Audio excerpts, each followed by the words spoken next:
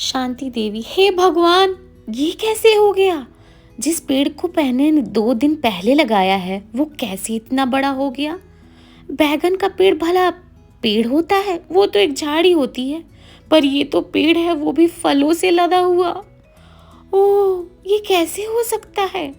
पास जाके देखूं कहीं कोई सपना तो नहीं देख रही। पर ये तो सच है, ये तो पूरा लदा हुआ है बैगन के फलों से। रुक जा, मीना को बुलाती हूँ। मीना। हाँ माँ, देख तो जरा, ये पेड़ हमने कुछ दिन पहले ही लगाया है और ये फल से पूरा भरा हुआ है। चल अब इसे तोड़ते हैं और कुछ बनाते हैं। दोनों माँ बेटी ने बैगन का भरता बनाया और बड़े मज़े से खाया। बचे हुए बैगन को उन्होंने तोड़ा और पड़ोसियों में बांट दिया। पर बैगन की खासियत ये थी कि वो जितना तोड़ते उतना बढ़ जाता। तो इन्होंने सोचा चल दुकान लगाते हैं और उससे कुछ कमा भी लेंगे। बैगन बड़े ही जादुई थे, वो जितने तोड़ते उतना बढ़ता। माँ बेटी सोच में पड़ गईं कि आखिर ये हो क्या रहा है। हम जितना तोड़ रहे हैं ये उतना ही ज़्यादा हो रहा है। माँ बेटी ने सोचा और एक उपाय निकाला। क्यों ना मीना इस पेड़ से बैगन तोड़ें और इसके दुकान और लगाएं और पैसे कमाएं। यही किया। दोनों माँ बेटी काम पे लग गए। रोज़ बैगन तोड़ते और दुकान पे ले जाते। इस जादुई बैगन की कहानी चारों तरफ फैलने लगी। सुना है जादुई बैगन के बारे में? हाँ, सुना है मैंने भी। पर करें क्या? दिन बीतते गए, बैगन वैसा ही रहा, पेड़ और बढ़ता चला गया। दुकान चलती गई, पैसे का बॉक्स और पैसों से भरने लगा। दुकान की आमदनी बढ़ती गई, समय बीतता गया और स्थिति दोनों माँ बेटी की सुधरने लगी। बैगन का दुकान धीरे धीरे और बड़ा होने लगा। खूब बैगन रोज तोड़ते और मज़े से उसे बेचते। धीरे धीरे तिजोरियां भरने लगीं।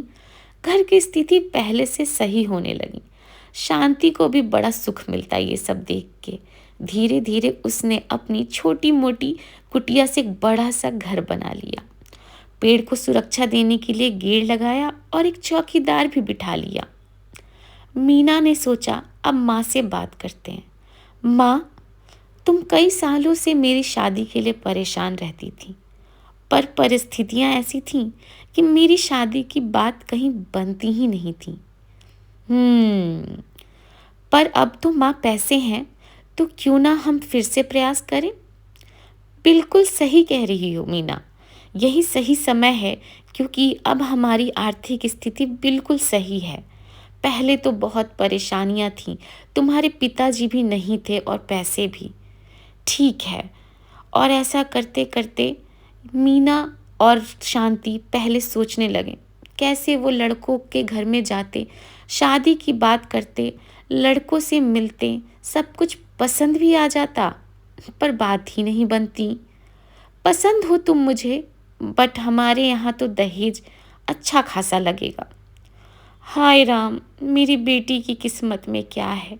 सब कुछ किया पर पैसे के अभाव में कोई बात ना बनी। पंडित जी से पूजा करा के देखती हूँ। भगवान के पास भी गई शांति, और ऐसे एक दिन मंदिर से निकलते हुए एक रास्ते से गुजरते हुए एक छोटा सा बैगन का पौधा दिखा।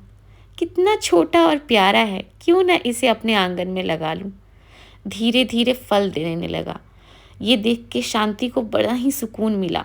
एक दिन फल से वो भर गया, पर उसे काम याद आया। शांति ने सोचा थोड़ी देर में काम करके आती हूँ, फिर इस बैगन को तोड़कर कुछ अच्छा सा बनाऊंगी। शांति की खुशी का ठिकाना ना रहा। उसकी मेहनत का पेड़ फल देने लगा।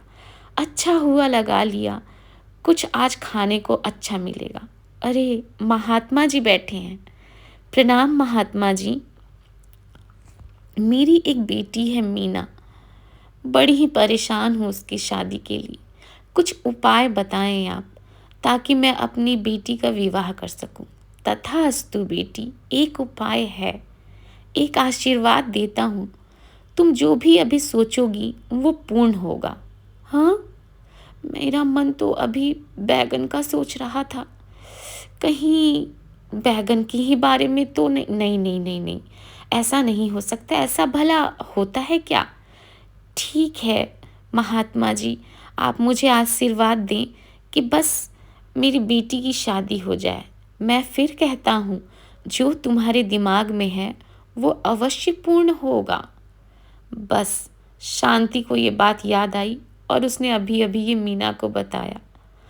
हाँ माँ, तुम मेरी शादी के बारे में नहीं, उस बैगन के बारे में सोच रही थी। ये क्या किया तुमने? तुम्हें तो मेरी शादी के बारे में सोचना चाहिए था। कोई नहीं मीना, अभी तो है परिस्थितियाँ। क्यों ना तुम्हारी शादी के बारे में एक स्वयंवर करवाएं और ये बात हर जगह फैला दें। शांति देवी ऐसी ही प्रसिद्ध हो रखी थी जादुई बैगन के नाम से। सो उसने चारों तरफ ढिंढोरा पिटवाया कि उसकी बेटी की शादी के लिए वर चाहिए, और इस तरह मीना की शादी के लिए स्वयंवर रचा गया। एक से बढ़कर एक लड़के आए। कोई गाड़ी लेकर आया, कोई पढ़ाई में बहुत अच्छा था, कोई जॉब में बहुत अच्छा था। मीना ने अपने लिए एक पति को चुना और शादी बड़ी धूमधाम से हुई। दिन बीतते गए। बेटी के जाने के बाद शांति देवी एक दिन पेड़ को देखने लगी। ओह पेड़, तुमने मेरी परिस्थितियाँ चेंज कर दी हैं, पर काश ऐसा होता कि उस दिन महात्मा के सामने मैंने तुम्हारे बारे में ना सोचा होता और किसी सोने चांदी के बारे में सोचा होता, तो काश मुझे इतनी मेहनत भी नहीं करनी पड़ती। और ये सोचते हुए शांति को नींद आ गई और दिन बीत गया। सुबह में देखा कि वो पेड़ फिर से छोटा हो गया है जैसा वो लेके आई थी, और फिर से उतने ही पौधे पे फल लगे हैं। ओहो, ये क्या कर लिया मैंने? ये तो मेरे लालच की वजह से फिर से छोटा हो गया। तो आपने सीखा, लालच बुरी बला है, संतोष ही करना चाहिए।